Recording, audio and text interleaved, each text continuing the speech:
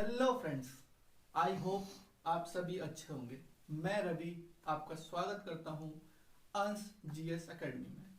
आज हम बहुत महत्वपूर्ण विषय पर चर्चा करेंगे, संपत्ति। भारत में संपत्ति से महत्वपूर्ण कुछ नहीं होता है। संपत्ति का एक अलग ही महत्व है। लोग संपत्ति को गौरवशाली समझते हैं, प्रेस्टिजियस का सवाल होता है संपत्ति। क्या आपको पता है भारतीय मूल संविधान में, मूल अधिकारों में संपत्ति भी एक था, जिसको आगे चलकर खत्म कर दिया। संपत्ति का महत्व अपने आप में ही अलग है। भाइयों में लड़ाई होती है, परिवार अलग होते हैं। क्या आपको पता है संपत्ति के कारण सुप्रीम कोर्ट ऑफ इंडिया और भारत की संसद आमने सामने आके खड़ी हो गई थी। दोनों में वाद विवाद शुरू हो गया था। एक दूसरे को नीचा दिखाने में दोनों ही लग पड़े थे। संपत्ति अपने आप में ही एक अलग ही महत्व की चीज है। ना जाने लोग क्यों संपत्ति संपत्ति करते हैं, लेकिन भारत में इसका एक अलग ही महत्व है। जब भारत आजाद हुआ तो भारत पे बहुत सारी चुनौती थी। संपत्ति के कारण ही भारत का विभाजन हुआ, हिंदुस्तान पाकिस्तान का विभाजन हुआ, और आगे चलकर जिस पे बहुत ज्यादा विवादें आज तक कायम है। आज हम बात करेंगे क्यों आर्टिकल 31 यानी कि संपत्ति का अधिकार, राइट टू प्रॉपर्टी, खत्म किया गया। क्या विवाद रहे संसद के बीच में, सुप्रीम कोर्ट के साथ में, सुप्रीम कोर्ट के संसद के साथ में। भारतीय संविधान निर्माता बहुत ही चतुर थे। चेक एंड बैलेंस के रूप में आर्टिकल 50 में मेंशन किया कि कार्यपालिका और न्यायपालिका दोनों पृथक रहेंगी, दोनों एक दूसरे के काम में इंटरफेयर नहीं करेंगी, लेकिन कानून संसद बनाएगा और उसको check and balance Supreme Court of India करेगा। जिस वजह से संविधान निर्माताओं ने सर्वोच्च न्यायालय को गार्जियन ऑफ कॉन्स्टिट्यूशन कहा। आर्टिकल 32 में मेंशन किया गया कि कोई भी मूल अधिकार को लेकर सुप्रीम कोर्ट में जा सकता है। भारतीय संविधान की बात करें तो आर्टिकल 12 से आर्टिकल 35 मूल अधिकार यानी कि फंडामेंटल राइट्स की बात करता है, और 36 से लेकर 51 कल्याणकारी योजनाओं के लिए यानी कि नीति के निर्देशक तत्व की बात करता है। ये दोनों क्या इक्वल हैं? क्या कल्याण को ऊपर लाने के लिए फंडामेंटल राइट्स को नीचे किया जा सकता है? यही विवाद उठा। अब भारत में जमींदारी प्रथा आपको बताने की जरूरत नहीं है, बहुत पहले से विद्यमान है। बहुत पहले से जागीरदारी प्रथाएं रही। उन्होंने क्या किया कि सारी संपत्ति को एकत्र करके अपने पास रख लिया। किसी के पास इतनी संपत्ति रही कि वो मतलब राजाओं की तरह जीवन यापन कर रहा था। किसी के पास दैनिक जीवन व्यतीत करने की भी संपत्ति नहीं थी, ना भूमि थी। इसी विषय में सरकार ने 1951 में सोचा क्यों ना हम ऐसा अधिनियम लेके आए जिससे कि संपत्ति का इक्वल बंटवारा हो। नीति निर्देशक तत्वों में भी मेंशन किया गया कि लोगों को कल्याणकारी योजनाएं दी जाए। अब भारत जिस टाइम आजाद हुआ, भारत ऐसी परिस्थिति में नहीं था कि मूल अधिकार भी दे दिए जाएं और कुछ और अधिकार, इतने सारे अधिकार मिल जाते तो भारत पे इतने संसाधन उपलब्ध नहीं है। जैसे हम एक बात करते हैं समान नागरिक संहिता, आर्टिकल 44 कहता है कि सबके लिए एक ही नियम रहेंगे। अगर हम उसको उस टाइम अगर लागू करते, भारत आजाद हुआ, हिंदुस्तान पाकिस्तान में बंटवारा हुआ, हिंदू मुस्लिम विवाद रहा, सबके अपने अपने लॉ थे। जैसे हिंदू में हिंदू कोड बिल आया, मुस्लिम का सरिया लॉ है। अब इतने सारे कानूनों को अगर हम सब पर थोप दें तो भारत के और टुकड़े हो सकते थे। हमारे संविधान निर्माता बहुत ही चतुर थे। उन्होंने सोचा कि कुछ तो अधिकार जो नागरिकों को अभी आवश्यक है वो अभी दे दिए जाएं, और कुछ ऐसे अधिकार जो उनको आने वाले टाइम में, अगर सरकार के पास संसाधन मौजूद हों तो आने वाले टाइम में सरकार उनको दे सकती है। इसी में विवाद शुरू हुआ। भूमि सुधार अधिनियम लेके आई गवर्नमेंट, भूमि अधिग्रहण नियम लेके आई, जिसमें इक्वल बंटवारा किया जाए। अब हम बात करते हैं आर्टिकल 13 की। आर्टिकल 13 कहता है कि संसद कोई भी अधिनियम बनाकर, कोई भी नियम बनाकर, यानी कोई भी विधि बनाकर अपने मूल अधिकारों को कम नहीं कर सकती है। लेकिन संपत्ति का अधिकार, लोगों को यह अधिकार देता था कि वो अपनी संपत्ति की रक्षा कर सके। आर्टिकल 32 कहता है कि अगर कुछ भी हो तो सुप्रीम कोर्ट चले जाओ अपने मौलिक अधिकारों को लेकर। अब विवाद यहां शुरू होता है। अब संसद ने क्या किया, अब आपको बता दें पहले कि आर्टिकल 13, अगर 13 नंबर को लेना, भारत में एक अशुभ है, ये 13 को अशुभ माना जाता है थोड़ा सा भारतीय संस्कृति में। अब विवाद शुरू हुआ आर्टिकल 13 में और आर्टिकल 368 में। ये विवाद हुआ। आर्टिकल 13 मैंने आपको बता दिया है कि संसद कोई भी विधि बनाकर मूल अधिकारों को कम नहीं कर सकती। और 368 आर्टिकल कहता है कि संविधान में संसद कहीं पर भी संशोधन कर सकता है। जब भी ऐसा विवाद आता है तो गार्जियन ऑफ कॉन्स्टिट्यूशन कौन है? Supreme Court of India. लोग वहां जाते हैं और अपनी समस्याएं समाधान पाते हैं। कहते हैं कि जब ये विवाद शुरू हुआ तो सुप्रीम कोर्ट ऑफ इंडिया और भारत की संसद, पार्लियामेंट, दोनों आमने सामने शुरू आके खड़े हो गए। जो आर्टिकल 50 कहता है पृथक्करण का नियम, वो कहीं लुप्त सा हो गया। दोनों एक दूसरे के दायरे में आने लग गए। अब विवाद शुरू होता है। सरकार भूमि अधिग्रहण नियम लागू करती है, प्रॉपर्टी ली जाती है। इसी में एक विवाद उत्पन्न होता है, और विवाद ऐसा कि सुप्रीम कोर्ट तक मैटर पहुंच जाता है। उनका नाम है शंकरी प्रसाद। केस आया सुप्रीम कोर्ट में, Shankari Prasad versus Union Government of India. Supreme Court पहुंचे शंकरी प्रसाद, सर ये देखो क्या कर रहे हैं, हमारी तो भूमि अधिग्रहण कर ली और आर्टिकल 31 कहता है कि हमको मूल अधिकार है इसका। संसद ने बोला कि आर्टिकल 13 में जो लिखा हुआ है कि विधि, आर्टिकल जो 368 कहता है, ये दोनों अलग अलग हैं, हम कुछ नहीं कर सकते हैं और आप घर जाएं। अब बात यहां पर आए कि वरीयता किसको दी। अब आपको बता दें कि संसद ने जो कानून बनाया, जो चाहते थे प्रधानमंत्री करना, वो अच्छा था, सोच अच्छी थी उनकी। तो सुप्रीम कोर्ट ने सोचा कि मंशा गलत नहीं है, लोगों का कल्याण भी तो होना चाहिए। तो इसी तरह सुप्रीम कोर्ट ने अपना डिसीजन दिया 1951 में शंकरी प्रसाद मामले में कि जो है आप संसद जो है वो मूल अधिकारों में संशोधन कर सकती है आर्टिकल 368 के तहत। अब जवाहरलाल नेहरू व्यक्तित्व बहुत प्रभावशाली, उन्होंने क्या किया कि आगे जाके ऐसी कोई मुसीबत उत्पन्न ना हो, उन्होंने पहला कॉन्स्टिट्यूशन अमेंडमेंट किया।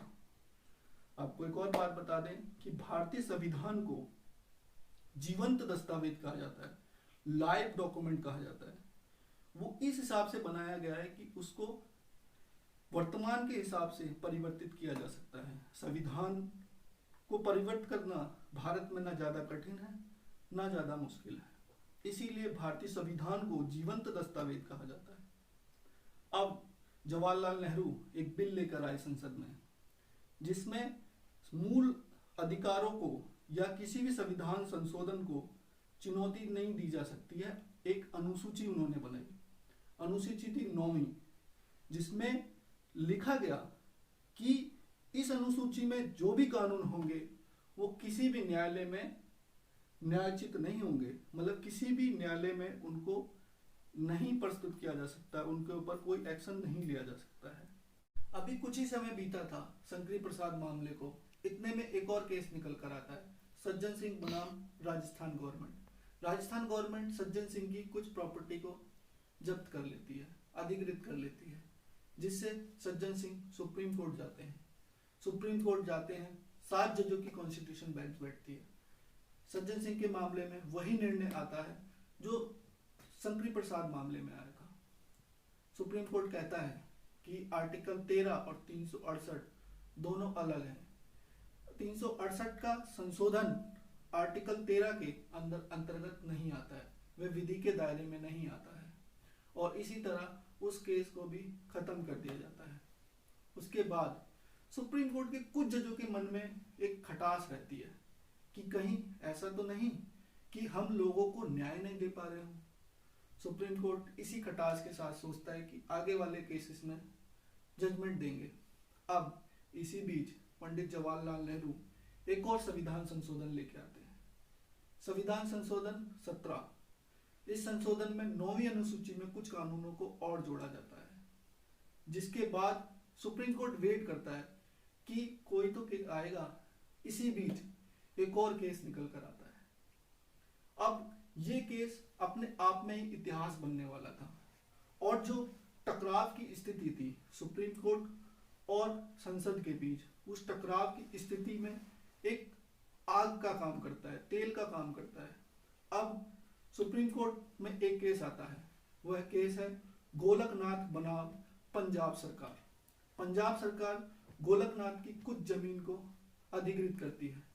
गोलकनाथ सुप्रीम कोर्ट जाते हैं, सुप्रीम कोर्ट बोलते हैं, सर आप गार्जियन ऑफ कॉन्स्टिट्यूशन हो, आपका दायित्व बनता है कि मेरे मौलिक अधिकारों की रक्षा करें। सुप्रीम कोर्ट बोलता है चिंता न करो, हम हैं, हम आपका फैसला देंगे। इस बार सुप्रीम कोर्ट की सबसे बड़ी बेंच बैठती है, अभी तक की सबसे बड़ी बेंच। 11 जज बैठते हैं निर्णय लेने के लिए। Supreme Court of India judgment देता है कि संसद मौलिक अधिकार में अमेंडमेंट नहीं कर सकता है, संशोधन नहीं कर सकता है, और एक और जजमेंट दी कि 368 13 के विधि के दायरे में आता है। अब संसद और सरकार परेशान कि सुप्रीम कोर्ट ऑफ इंडिया ने क्या निर्णय दिया। इसी बीच सरकार बदल जाती है। अब पंडित जवाहरलाल नेहरू जैसा व्यक्तित्व नहीं था, अब इंदिरा गांधी जी की सरकार थी। 1971 में इंदिरा गांधी ताबड़तोड़ 2 संविधान संशोधन लेके आती हैं। संविधान संशोधन 24वां और 25वां। 24वां में कहते हैं कि संसद किसी भी अनुच्छेद में किसी भी जगह अमेंडमेंट कर सकती है, और 25 में कहा गया कि वह किसी भी न्यायालय में न्यायोचित नहीं होगा, किसी न्यायालय में उसको चुनौती नहीं दी जा सकती। सुप्रीम कोर्ट ऑफ इंडिया और संसद के टकराव की स्थिति अब यहाँ पर पड़ती है। सुप्रीम कोर्ट वेट करता है कि कोई केस आएगा, हम उसमें जजमेंट देंगे, बताएंगे कि संसद को कि कौन बड़ा है। जो आर्टिकल 50 कहता है पृथक्करण का सिद्धांत, वह कहीं ना कहीं डगमगा रहा था। अब दोनों न्यायपालिका और कार्यपालिका दोनों में एक टकराव की स्थिति उत्पन्न हुई थी। अब एक केस आता है जिसे भारतीय इतिहास में और न्यायिक व्यवस्था में मील का पत्थर कहा जाता है। केस था एडमीर मठ केरला का आदि गुरु शंकराचार्य, जिनका नाम अपने आप में ही एक महान व्यक्तित्व, आदि गुरु शंकराचार्य। उनके अनुयायी केशव नंदा भारती, वह उनकी प्रॉपर्टी अधिकृत कर लेती है केरला गवर्नमेंट। वह केरला हाईकोर्ट जाते हैं, केरला हाईकोर्ट में उनके अगेंस्ट फैसला आता है और वह केस हार जाते हैं। इसी बीच Keshav Nanda Bharati Supreme Court of India जाते हैं, सुप्रीम कोर्ट से बोलते हैं सर आप गार्जियन ऑफ कॉन्स्टिट्यूशन हो, आर्टिकल 31 कहता है कि मेरा मौलिक अधिकार है कि मुझे राइट टू प्रॉपर्टी दिया जाए, और जो सरकार ने मेरी भूमि अधिकृत की है वो मुझे वापसी दी जाए। सुप्रीम कोर्ट ऑफ इंडिया अब निर्णय लेने वाला था कि क्या निर्णय ले। बात तो बिल्कुल सही है, अब उनको संसद को भी बताना था कि अभी बड़ा कौन है। अब यहाँ पर प्रॉब्लम क्रिएट होती है। सुप्रीम कोर्ट ऑफ इंडिया निर्णय लेता है और केशव नंदा भारती को बोलता है कि सर आप केस हार गए हो, लेकिन हम कुछ ऐसा करेंगे जो आने वाले इतिहास में और केंद्र सरकार के लिए एक मील का पत्थर साबित होगा। सुप्रीम कोर्ट ऑफ इंडिया बोलता है कि सरकार किसी भी भाग में अमेंडमेंट कर सकती है, संशोधन कर सकती है, लेकिन सरकार यह ध्यान रखे कि कॉन्स्टिट्यूशन का बेसिक स्ट्रक्चर ना चेंज हो। अब जजों में मतभेद उत्पन्न होता है कि ये बेसिक स्ट्रक्चर क्या है, अभी तो कहीं नहीं था, बेसिक स्ट्रक्चर जैसा कुछ संविधान में भी नहीं लिखा हुआ है। तो सुप्रीम कोर्ट की जो जजमेंट होती है उसमें 7 और 6 से जजमेंट आती है। सुप्रीम कोर्ट बोलता है कि आप किसी भी भाग में संशोधन कर सकते हैं, आपका अधिकार है, आप संशोधन करें, लेकिन संविधान का मूल ढांचा नहीं बिगड़ना चाहिए। अब आप लोग सोच रहे हो कि मूल ढांचा क्या है, तो जैसे घर है, घर की अगर नींव हटा दें तो घर टिकेगा नहीं ना। उसी तरह पार्लियामेंट जो अमेंडमेंट करेगी, सुप्रीम कोर्ट इंडिया का कहना था कि पार्लियामेंट जो अमेंडमेंट करेगी वो बेसिक स्ट्रक्चर के मौलिक अधिकारों के या किसी के अधिकारों का हनन ना करे। अब सुप्रीम कोर्ट ऑफ इंडिया की जजमेंट आने के बाद केंद्र सरकार सोचती है कि बेसिक स्ट्रक्चर क्या है ये, तो फिर सुप्रीम कोर्ट बोलता है कि ये हम समय समय पर time to time case to case हम बताएंगे कि बेसिक स्ट्रक्चर है क्या। अब इंदिरा गांधी बोलती है कि नहीं, हमें नहीं झुकना है। इंदिरा गांधी का व्यक्तित्व भी उस टाइम बहुत प्रभावशाली था। इंदिरा गांधी उसी टाइम एक अमेंडमेंट करती हैं जो कि भारतीय इतिहास में अभी तक का सबसे बड़ा अमेंडमेंट था, सबसे बड़ा संविधान संशोधन था। इंदिरा गांधी ने 42वां संविधान संशोधन किया, जिसे आज हम मिनी कॉन्स्टिट्यूशन कहते हैं। बहुत सारे अनुच्छेद, बहुत सारे आर्टिकल, बहुत सारे भागों में परिवर्तित किया गया। उसमें मूल कर्तव्य भी एक है जिसमें वो मूल कर्तव्य भी जोड़ा गया। लेकिन इस प्रॉपर्टी वाले मामले में बोला, संसद ने एक अमेंडमेंट किया 368(4) और 368(5), जिसमें कहा गया कि संसद कुछ भी अमेंडमेंट कर सकती है, लेकिन किसी भी उसको न्यायालय में चुनौती नहीं दी जा सकती है। अब सुप्रीम कोर्ट ऑफ इंडिया फिर से वेट कर रहा है कि कोई केस आए, हम जजमेंट दें, बताएं कि किसकी वरीयता ज्यादा है। अब एक केस निकल कर आता है, मिनर्वा मिल्स केस, जिसमें सुप्रीम कोर्ट ऑफ इंडिया फैसला लेता है, बोलता है ठीक है आप अमेंडमेंट कर लो, लेकिन जुडिशियल रिव्यू जो केशव नंदा भारती में जो जजमेंट दी थी 24 अप्रैल 1973 को, उसमें जो सुप्रीम कोर्ट ऑफ इंडिया ने जजमेंट दी थी बेसिक स्ट्रक्चर ऑफ कॉन्स्टिट्यूशन, बोला सुप्रीम कोर्ट ऑफ इंडिया ने कि वो विधि न्यायिक जो समीक्षा है, जो आर्टिकल 13 में कहा है विधि, वो उसके दायरे में आती है जुडिशियल रिव्यू। तो आप हमको इस चीज से अवरोध नहीं कर सकते हैं, आप हमें नहीं रोक सकते हैं। तो सुप्रीम कोर्ट ऑफ इंडिया ने कहा कि जो भी जजमेंट होगी वो आर्टिकल 13 के अंदर ही आएगी, और इसको ये जुडिशियल रिव्यू है, इसको किसी भी संशोधन द्वारा निरस्त नहीं किया जा सकता, क्योंकि ये बेसिक स्ट्रक्चर ऑफ कॉन्स्टिट्यूशन है। सुप्रीम कोर्ट के निर्णय पे ये अभी तक का सबसे बड़ा जजमेंट था। अब लोगों के अंदर उम्मीद जगी, बोले कहीं ऐसा तो नहीं कि हमको प्रॉपर्टी मिल जाए। फिर एक केस और आता है, बामन राव बनाम सेंट्रल गवर्नमेंट। फिर वही बात बोला गया कि सर जो हमारी भूमि अधिकृत हो चुकी है वो क्या हमें मिल जाएगी। अब सुप्रीम कोर्ट ऑफ इंडिया फिर सदमे में आता है। सुप्रीम कोर्ट बोलता है अगर इसी तरह हम करेंगे तो बहुत सारे केस आ जाएंगे। तब सुप्रीम कोर्ट ऑफ इंडिया निर्णय लेता है कि 24 अप्रैल 1973 को जो बेसिक स्ट्रक्चर की थ्योरी आई थी, उसके बाद के जितने भी निर्णय होंगे वो सुप्रीम कोर्ट में न्यायोचित होंगे, जो उससे पहले के मामले हैं वह नहीं आएंगे। अब क्या आप सोच रहे होगे कि फिर कोई केस आया क्या बेसिक स्ट्रक्चर को लेके। मूल ढांचा जो शब्द है, बिल्कुल 2014 में 99वां कॉन्स्टिट्यूशन अमेंडमेंट किया गया, 99। प्राइम मिनिस्टर इस बार थे नरेंद्र मोदी जी। उनका व्यक्तित्व भी अपने आप में ही प्रभावशाली व्यक्तित्व है। उन्होंने कहा कि जो जजों का अपॉइंटमेंट होता है वह किसी कमेटी या एक समिति के द्वारा किया जाए, जो अभी कॉलेजियम सिस्टम के द्वारा होती है। सुप्रीम कोर्ट ने स्वतः संज्ञान लिया इस बारी, कोई नहीं गया सुप्रीम कोर्ट के पास। सुप्रीम कोर्ट ने बोला कि हम 99वां संशोधन रद्द करते हैं क्योंकि ये विधि के दायरे में आता है और ये बेसिक स्ट्रक्चर को ठेस पहुंचाता है। जो आर्टिकल 50 है वह यह कहता है कि दोनों का पृथक्करण होगा, यानी कि न्यायपालिका और कार्यपालिका दोनों ही अलग अलग रहेंगे। इसी बीच सुप्रीम कोर्ट कहता है कि अगर ऐसा हुआ तो कार्यपालिका न्यायपालिका के दायरे में आ जाएगी और जिससे जो न्याय की प्रकाष्ठा है वह कम हो जाएगी।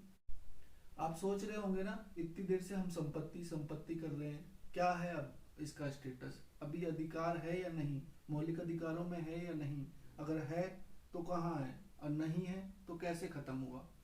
आपको ज्ञात होगा, आपको पता होगा 1975 में इंदिरा गांधी ने इमरजेंसी लगाई थी जो लगभग 2 साल चली, जिसके बाद इमरजेंसी खत्म होने के बाद उनकी सरकार गिर गई। उसके बाद मोरारजी देसाई जी की सरकार आई। उन्होंने सबसे पहले यही काम किया कि जो फसाद की जड़ है उसे ही खत्म कर दिया जाए। आर्टिकल 31 ही तो फसाद की जड़ थी, सारी प्रॉब्लम तो वही क्रिएट कर रहा था ना, आर्टिकल 31। तो मोरारजी देसाई सरकार ने क्या किया, एक अमेंडमेंट लेके आई जिसे कहा गया 44वां अमेंडमेंट, जो 1978 में आया। इसने आर्टिकल 31 को निरस्त कर दिया। सारी प्रॉब्लम कहां से शुरू हुई थी, आर्टिकल 31 संपत्ति के अधिकार से। 13, 368 कहीं प्रॉब्लम नहीं थी, प्रॉब्लम थी आर्टिकल 31 में। तो मोरारजी देसाई ने सबसे पहले इसी को खत्म करने का निर्णय लिया और उन्होंने 44वें अमेंडमेंट के तहत 1978 में इसको समाप्त कर दिया, 1978 में इसको निरस्त कर दिया, जिससे जो ये सारा वाद विवाद था, संपत्ति, मौलिक अधिकार, सब खत्म हो गया है। अभी आप सोच रहे होंगे कि ऐसा है कि अभी भी तो हम कोर्ट में जाते हैं। हाँ, हम कोर्ट जाते हैं, लेकिन आर्टिकल 32 के तहत नहीं, मौलिक अधिकार के तहत नहीं, मौलिक अधिकार नहीं है वो। अब हम उसको विधिक अधिकार यानी कि कानूनी अधिकार के रूप में जाते हैं। अगर सरकार अभी आपकी भूमि का अधिग्रहण करती है तो हम ये नहीं कह सकते सरकार को कि ये मेरा मौलिक अधिकार है, ये आप मुझसे क्यों छीन रहे हैं, लेकिन हम ये बोल सकते हैं कि ये मेरा कानूनी अधिकार है और उसके तहत आप कोर्ट जा सकते हैं। आर्टिकल 32 के तहत आप कोर्ट नहीं जा सकते हैं। वह अब हमारा क्या है, विधिक अधिकार है। अब वो हमको कानूनी अधिकार है, ना कि वो मौलिक अधिकार है, जिसको 44वें ही संशोधन में 300A में जोड़ा गया, 300A में जोड़ा गया। आज जो हमारे पास अधिकार है वह विधिक अधिकार है, जो आर्टिकल 300A के तहत आता है। इस तरह से ये पूरा जजमेंट, संसद का विवाद, पार्लियामेंट का विवाद और सरकार का विवाद और सुप्रीम कोर्ट ऑफ इंडिया, जितने भी केसेस आए, जितने भी लैंडमार्क जजमेंट आई, मैंने आपको सब शेयर की। अगर आपको मेरी वीडियो अच्छी लगे तो प्लीज़ शेयर करना, सब्सक्राइब करना, लाइक करना। अगर आपको किसी इंटरेस्टिंग टॉपिक पे वीडियो चाहिए तो प्लीज़ मुझे कमेंट करें और मुझे प्रोत्साहन दें। Thank you.